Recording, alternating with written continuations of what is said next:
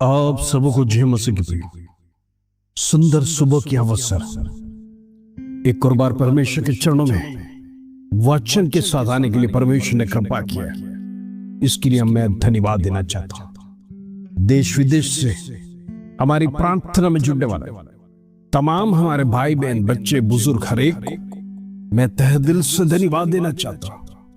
प्रभु इन दिनों में आपके साथ रहे, प्रभु आपकी हर एक अवस्था में साथ रहे, प्रभु इन दिनों में आपका आश्वासन दे।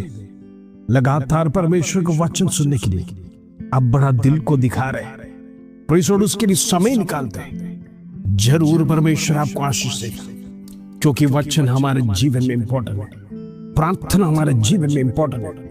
ये दोनों बातें परमेश्वर हमारे जीवन से हम अलग नहीं कर सकते।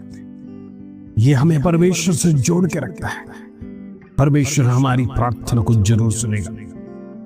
इन दिनों में लगातार हम विषय को रखकर प्रार्थना कर रहे हैं। हालेलुया। अनेक लोग आज दुखी है, परिवार में परमेश्वर तमाम प्रकार का क्लेश के कारण से, समस्या के कारण से दुख भरा हुआ जीवन में एक आश्वासन के लिए तड़प रहे।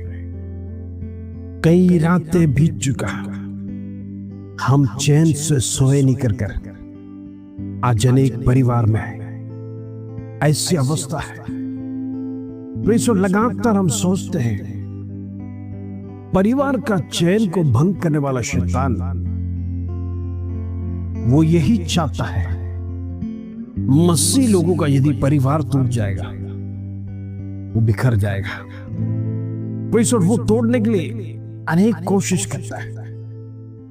हमारे जीवन में हम सावधानी बरतना, क्योंकि आज अनेक बातें हमारे विरोध में शत्रु कार्य करेगा।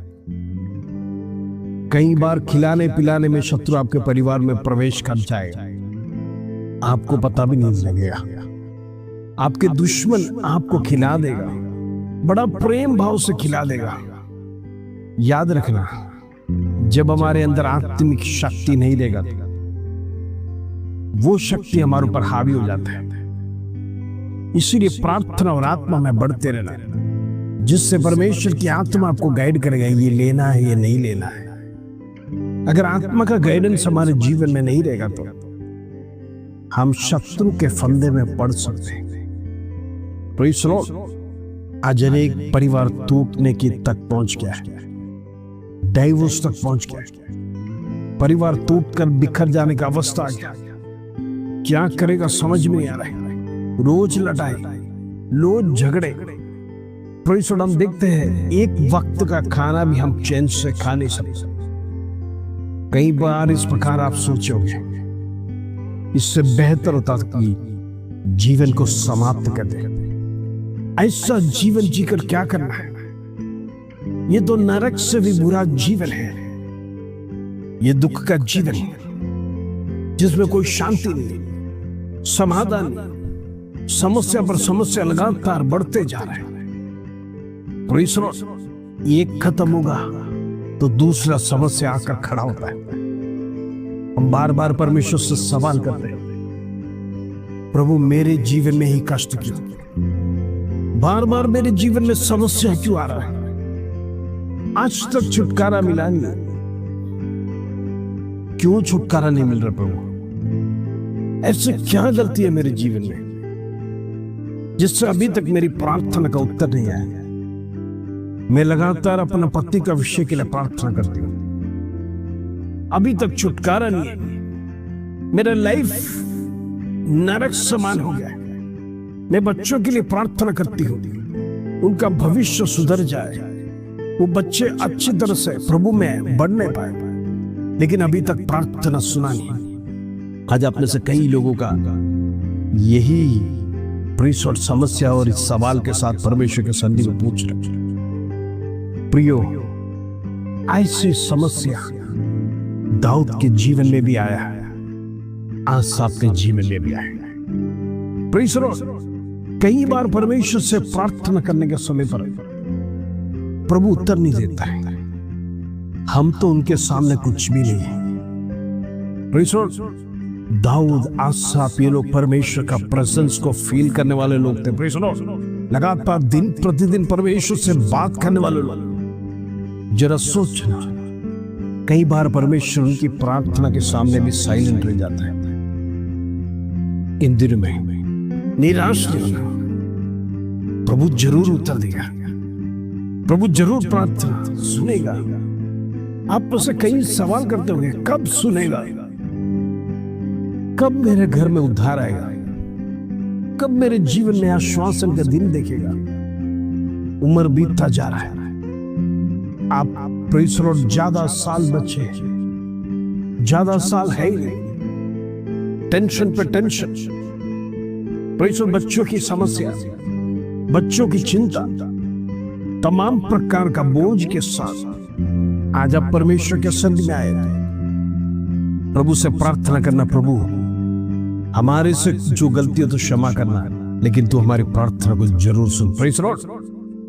आइए आज का सुंदर वचन जो प्रभु हमारे जीवन में देता है, उसको पढ़कर हम प्रार्थना में जाएंगे। भजन संगीत 80 अध्याय उसका 4 कलम, praise the Lord, Psalms 80 verse 4। प्रभु का वचन इस प्रकार कहता है, हे सेनाओं के परमेश्वर यहोवा, तू कब तक अपनी प्रजा की प्रार्थना पर क्रोधित रहेगा। Praise the Lord. आसाफ का सवाल परमेश्वर, हम देखते हैं कुछ लोग परमेश्वर को अच्छी तरह से मानते हैं, प्रभु की चितौनी पर चलते हैं, प्रभु का वचन मनन करते हैं, लेकिन हम देखते हैं अधिकतर इस्राएल लोग पाप में जीवन बिताते थे। Praise the Lord. अधिकतर इस्राएल लोगों को परमेश्वर का डर नहीं था। बहुत चंद लोग थे, कम लोग थे जो सचमुच परमेश्वर से भय खाते थे। लेकिन क्या होता था, जब शिक्षा जीवन में आता है, सारे इस्राएली लोगों पर बढ़ता था। जरा सोचना, उसमें प्रार्थना करने वाला भी व्यक्ति है, आराधना करने वाला भी व्यक्ति, उपवास लेने वाला व्यक्ति भी है, लेकिन प्रेज़ द लॉर्ड, जब प्रजा गलती करेगा, शिक्षा सबको मिलता है।